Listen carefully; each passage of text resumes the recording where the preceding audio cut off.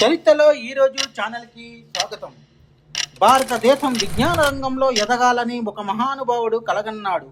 ఆ కలలతో దేశానికి అణుశక్తి దారిని చూపిన మహానేత డాక్టర్ హోమీ జహంగీర్ బాబా. ఆయన భారత అణు పరిశోధనకు పితామహుడిగా గౌరవింపబడతారు.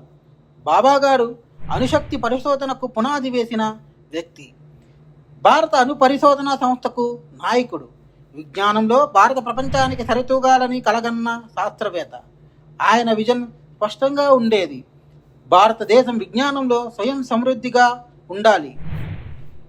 1966 సంవత్సరం జనవరి 24 తేదీన డాక్టర్ బాబా గారు విదేశీ పర్యటనలో ఉండగా ఒక విషాదకర వార్త ప్రపంచాన్ని కుదిపివేసింది.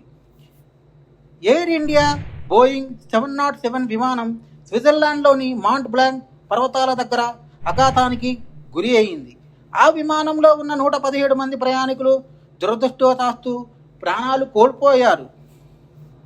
వారిలో భారత అణు విజ్ఞానానికి వెలుగు చూపిన డాక్టర్ హోమీ బాబా గారు కూడా ఉన్నారు. ఆ వార్త భారతదేశాన్ని విషాదంలో ముంచేసింది. దేశం ఒక గొప్ప శాస్త్రవేత్తను కోల్పోయింది. ఒక దూరదృష్టి ఉన్న నాయకుణ్ణి కోల్పోయింది. అయితే ఆయన కలలు మాత్రం ఆగలేదు. బాబా గారి కృషి వల్ల భారతదేశం అణుశక్తి రంగంలో ప్రపంచంలో గౌరవస్థానం సంపాదించింది. ఆయన వేసిన పునాదులపై ఇప్పటికీ భారత అణు పరిశోధన ముందుకు సాగుతుంది. డాక్టర్ హోమీ జహంగీర్ బాబా గారి జీవితం ఒక సందేశం మనకు ఇస్తుంది. శరీరం ఆగినా విజన్ ఎప్పటికీ ఆగదు. ఆయన అకాల మరణం బాధాకరం, కానీ ఆయన విజ్ఞాన జ్యోతి ఇప్పటికీ భారతదేశాన్ని ప్రకాశింపజేస్తూనే ఉంది.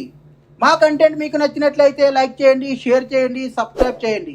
మా ఛానల్ యొక్క నోటిఫికేషన్ మీ వరకు అందాలంటే కింద కనబడుతున్న బెల్ ఐకాన్ని ట్యాప్ చేయండి. Thank you.